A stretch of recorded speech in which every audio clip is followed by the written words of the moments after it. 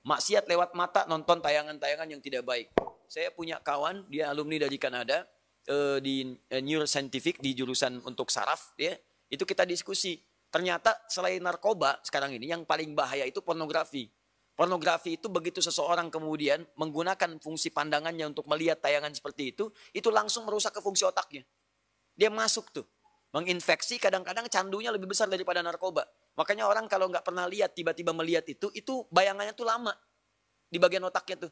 Kadang-kadang penasaran. Padahal udah dipalingin kan, udah dipalingkan. Tadi apa sih, apa benar, salah gitu kan. Nah itu bisa demikian tuh. Itu yang paling dahsyat. Nah kalau kemudian Anda ingin menghilangkan itu, dan perilakunya diburuk nantinya. Ke pola hidup, ke tubuh, ke macam-macam. Anda paham sendirilah gitu.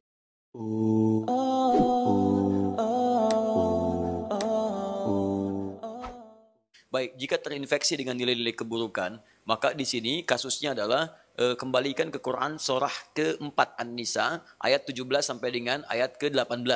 Itu yang dikenal dengan taubat namanya. Ya, innamat taubatu 'alallahi lilladzina ya'maluna su'a bijahalatin tsumma yatubuna min qarib. Ya, sungguh taubat itu berlaku kata Allah bagi orang-orang yang terinfeksi dengan penyakit buruk. Su itu, nih, lihat ayatnya. Innamat taubatu 'alallahi lilladzina ya'maluna su'an. Taubat itu dilakukan orang yang terinfeksi dengan keburukan. Su itu pekerjaan nafsu. Nafsu, dari mana taunya? Quran surah 12 ayat 53. Inna nafsa la'ammaratun bisu. Su sumbernya nafsu. Kalau ada orang kemudian digerakkan nafsu berbuat buruk kemudian sampai terinfeksi dirinya, maka caranya dengan taubat. Apa itu taubat? Taubat itu artinya kembali kepada nilai-nilai kebaikan dengan cara meninggalkan perilaku buruk yang dikerjakan. Misal, fujur tadi bisa terrespon dengan perilaku maksiat. Maksiat lewat mata, nonton tayangan-tayangan yang tidak baik. Saya punya kawan, dia alumni dari Kanada, di neuroscientific, di jurusan untuk saraf, ya. Itu kita diskusi. Ternyata selain narkoba, sekarang ini yang paling bahaya itu pornografi. Pornografi itu begitu seseorang kemudian menggunakan fungsi pandangannya untuk melihat tayangan seperti itu langsung merusak ke fungsi otaknya. Dia masuk tuh. Menginfeksi, kadang-kadang candunya lebih besar daripada narkoba. Makanya orang kalau nggak pernah lihat, tiba-tiba melihat itu bayangannya tuh lama. Di bagian otaknya tuh. Kadang-kadang penasaran. Padahal udah dipalingin kan, udah dipalingkan. Tadi apa sih, apa benar, salah gitu kan. Nah itu bisa demikian tuh. Itu yang paling dahsyat.